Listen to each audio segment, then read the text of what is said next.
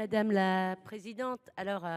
Tout d'abord, moi aussi, je tiens à remercier notre collègue Xavier Iacovelli, même si, évidemment, nous allons nous abstenir sur cette proposition de loi.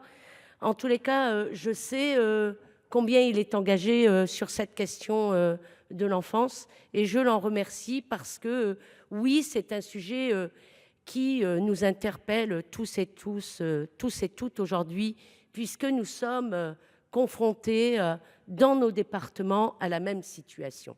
Il n'y a pas un département qui va mieux que l'autre. Nous sommes tous confrontés à une explosion. En tous les cas, je l'ai dit tout à l'heure, c'est le cas dans mon département, avec des départs en retraite qui vont arriver. Et nous essayons dans les départements, avec les élus, qu'ils soient dans nos communes ou conseillers départementaux, de trouver des solutions. Par contre, je refuse un argument qui a été avancé. Il n'y a quand même pas ceux ici qui ont du cœur et ceux qui n'en ont pas. Voyez-vous, moi, quand on tient de tels propos, ça me dérange parce que je trouve que ce n'est pas juste de présenter les choses de cette façon-là.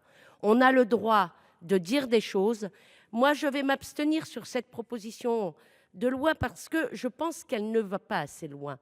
Et je pense que l'État se défausse vis-à-vis de nos départements en ne nous présentant pas un projet global sur cette question de l'aide à l'enfance. Alors oui, nos enfants ont besoin d'être protégés.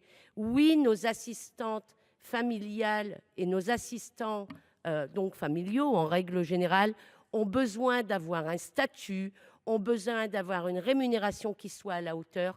Et c'est parce que cette question n'est pas abordée dans cette globalité que nous nous abstiendrons. Je vous remercie.